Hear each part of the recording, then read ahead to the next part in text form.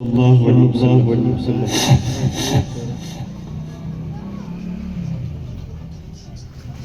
پڑھی صلی اللہ علیہ یا رسول اللہ وسلم علیک یا حبیب اللہ منور میری آنکھوں کو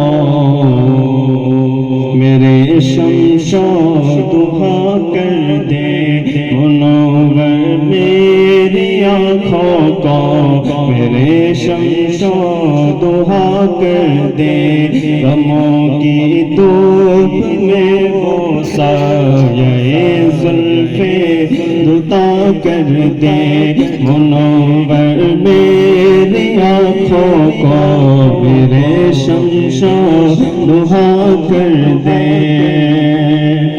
جہاں پانی عطا کر دے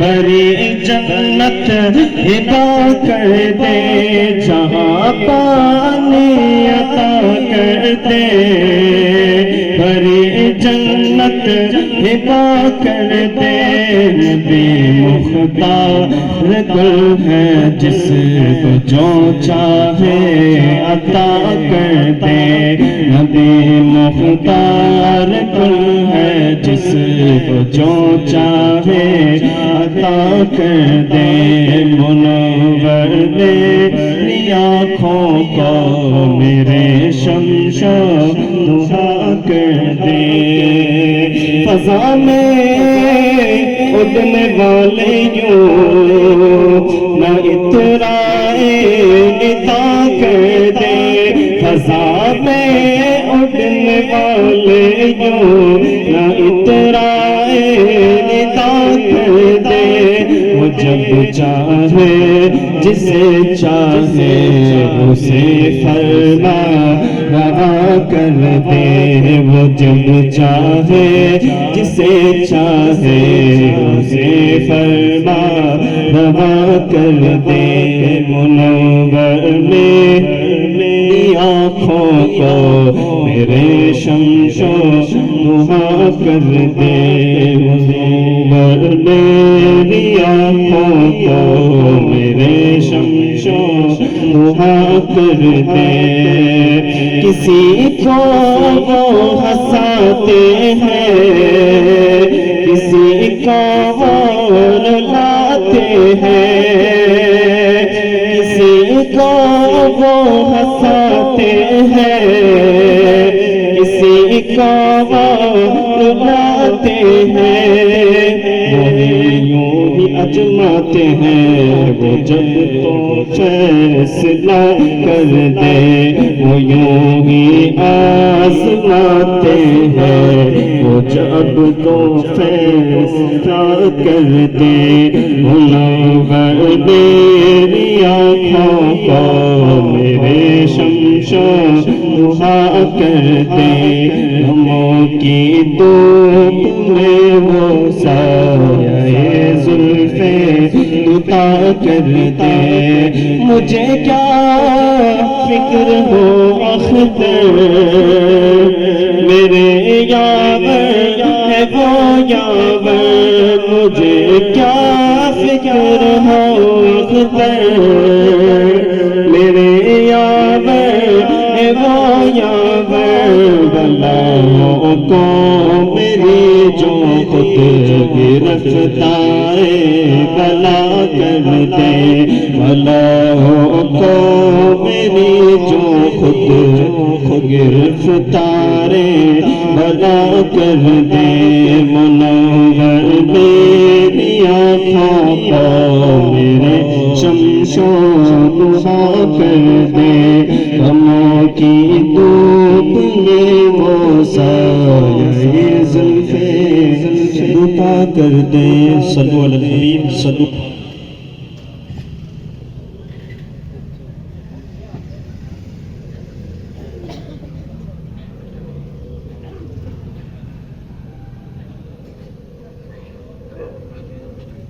Kecil-kecil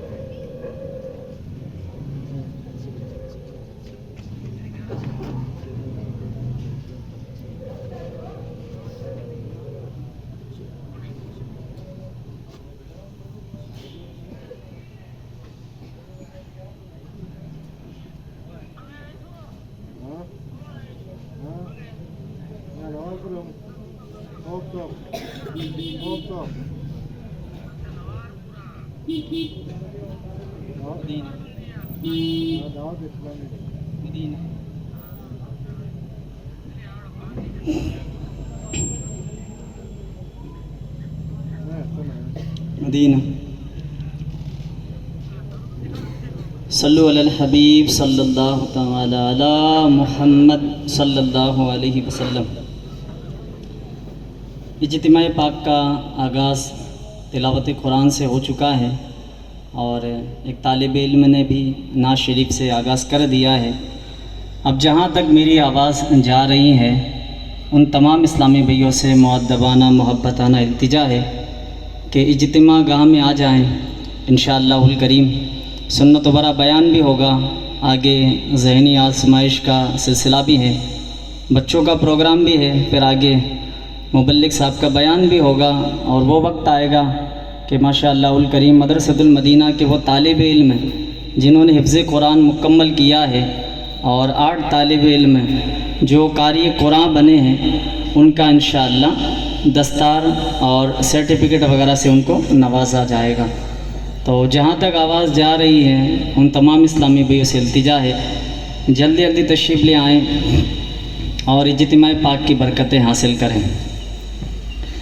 الحمدللہ رب العالمین والصلاة والسلام علی سید الانبیاء والمرسلین، اما بعد فاعوذ باللہ من الشیطان الرجیم، بسم اللہ الرحمن الرحیم۔ آئیے ثواب کی نیت سے دوہرا لیں۔ الصلاۃ والسلام علیک یا رسول اللہ وعلی آلک وصحابک یا حبیب اللہ۔ الصلاۃ والسلام علیک یا نبی اللہ وعلی آلک وصحابک یا نور اللہ۔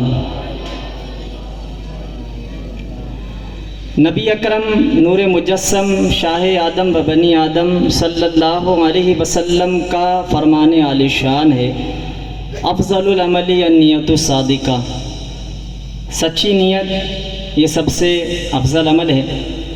نیت یقیناً آپ نے کی ہوگی، مزید دوہرا لیں، اللہ کی رضا پانے، ثواب کمانے اور اپنی قبر و آخرت کو بہتر بنانے کی نیت سے اس اجتماع پاک میں آخر تک شرکت کروں گا۔ بلند آواز سے کہہ لیں انشاءاللہ۔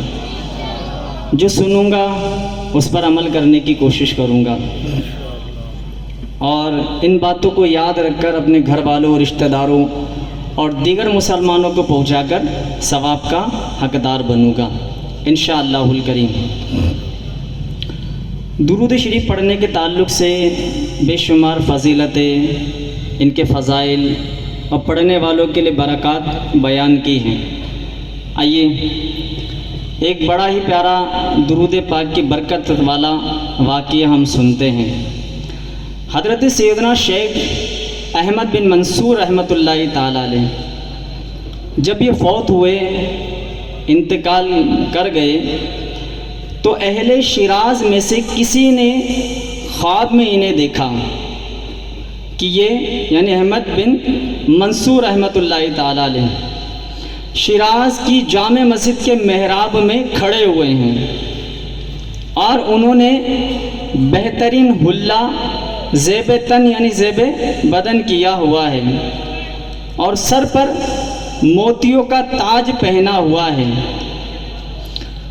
جب یہ دیکھنے والے نے خواب دیکھا تو پوچھا ما فعل اللہ بک، یعنی اللہ پاک نے آپ کے ساتھ کیا معاملہ فرمایا؟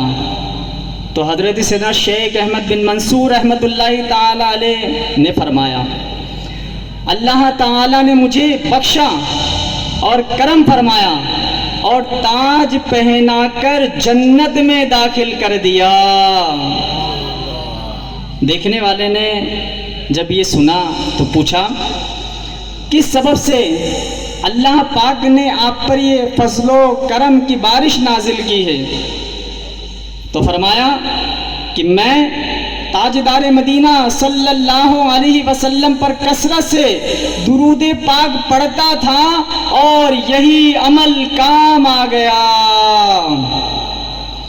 قبر میں خوب کام آتی ہے، بے کسس کی ہے یار غار درود، بیٹھتے اٹھتے جاگتے سوتے ہو الہی میرا شعار درود۔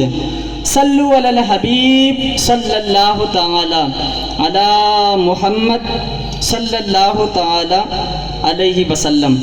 اللہ کریم ہم سب کو اخلاص کے ساتھ، دل جمعی کے ساتھ اور کثرت کے ساتھ نبی اکرم نور مجسم صلی اللہ علیہ وسلم پر درود پاک پڑھنے کی توفیق عطا فرمائے، اور اس کا بہترین بدل اللہ پاک اپنے کرم سے ہمیں دنیا میں بھی عطا فرمائے اور آخرت میں بھی نصیب فرمائے۔ پیارے پیارے اسلامی بھائیوں، الحمدللہ ثم الحمدللہ، چند دن کے بعد، بس چند ہی لمحات کے بعد اللہ پاک کا پیارا اور مبارک مہینہ ماہ رمضان المبارک کی آمد ہونے والی ہے۔ ماہ رمضان المبارک بس آنا ہی چاہتا ہے۔ یہ ماہ رمضان اللہ پاک کا پسندیدہ مہینہ ہے۔ ماہ رمضان اللہ پاک کا پسندیدہ مہینہ ہے۔ نبی اکرم صلی اللہ علیہ وسلم نے ارشاد فرمایا، اگر بندوں کو یہ معلوم ہو جائے کہ رمضان کیا ہے، اگر لوگ اس کی حقیقت میں اہمیت سمجھ جائیں، اس کے فضائل سمجھ جائیں، اس کی برکات سمجھ جائیں، اس کا ثواب پیش نظر ہو، تو نبی پاک صلی اللہ علیہ وسلم فرماتے ہیں اگر بندوں کو معلوم ہو جائے کہ رمضان کیا ہے تو وہ تمنا کرے، خواہش کرے کہ سارا سال رمضان ہو، سارا سال رمضان ہو۔ وہ رمضان ہے۔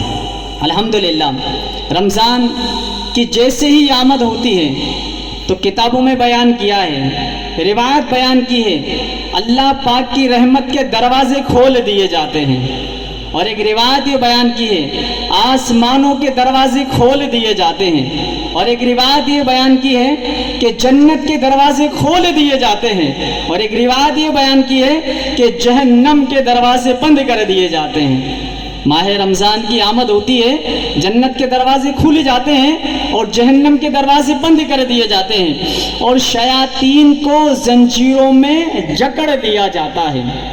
مولا علی کرم اللہ تعالی وجہ الکریم ارشاد فرماتے ہیں اگر اللہ پاک کو امت محمدیہ کو عذاب دینا ہی مقصود ہوتا، اگر یہی بات ہوتی کہ اللہ پاک امت محمدیہ کو عذاب دے، تو مولا علی فرماتے ہیں کہ امت محمدیہ کو ماہ رمضان اور سورہ اخلاص نہ عطا فرماتا۔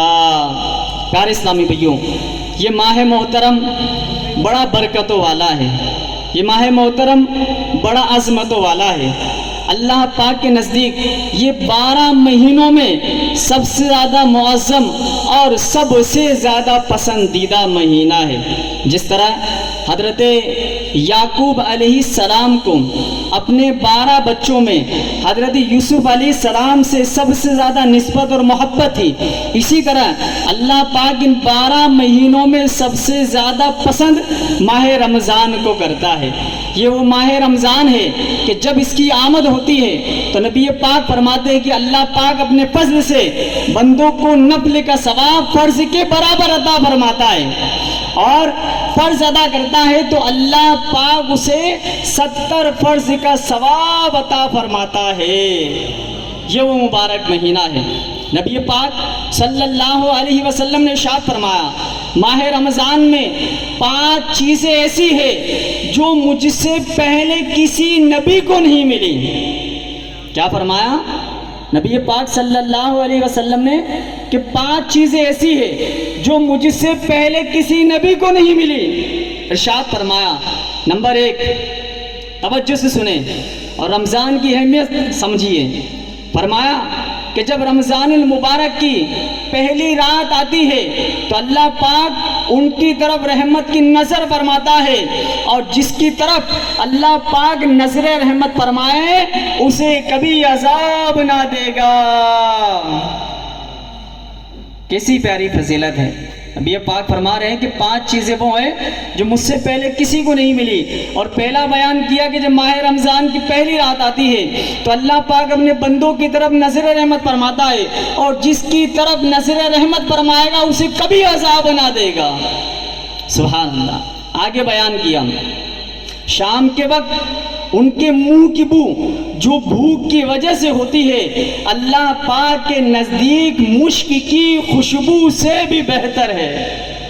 سبحان اللہ۔ نمبر 3 ارشاد فرمایا فرشتے ہر رات اور دن ان کے لیے مغفرت کی دعائیں کرتے رہتے ہیں۔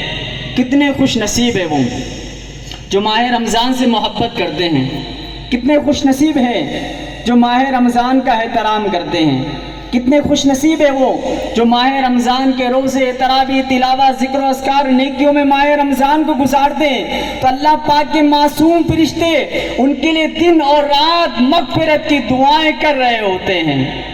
سبحان اللہ۔ نمبر 4 نبی پاک صلی اللہ علیہ وسلم نے فرمایا اللہ پاک جنت کو حکم فرماتا ہے کہ میرے نیک بندوں کے لیے مزین یعنی آراستہ ہو جا، ان قریب دنیا کی مشقت سے میرے گھر اور کرم میں راحت پائیں گے۔ اور آخری بات ارشاد فرمائی نمبر 5 ارشاد فرمایا کہ جب ماہ رمضان کی آخری رات آتی ہے تو اللہ پاک سب کی مغفرت فرما دیتا ہے۔ سبحان اللہ۔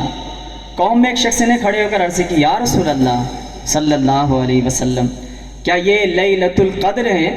ارشاد فرمایا نہیں، کیا تم نہیں دیکھتے کہ مزدور جب اپنے کاموں سے فارغ ہوتے ہیں تو انہیں اجرت دی جاتی ہے؟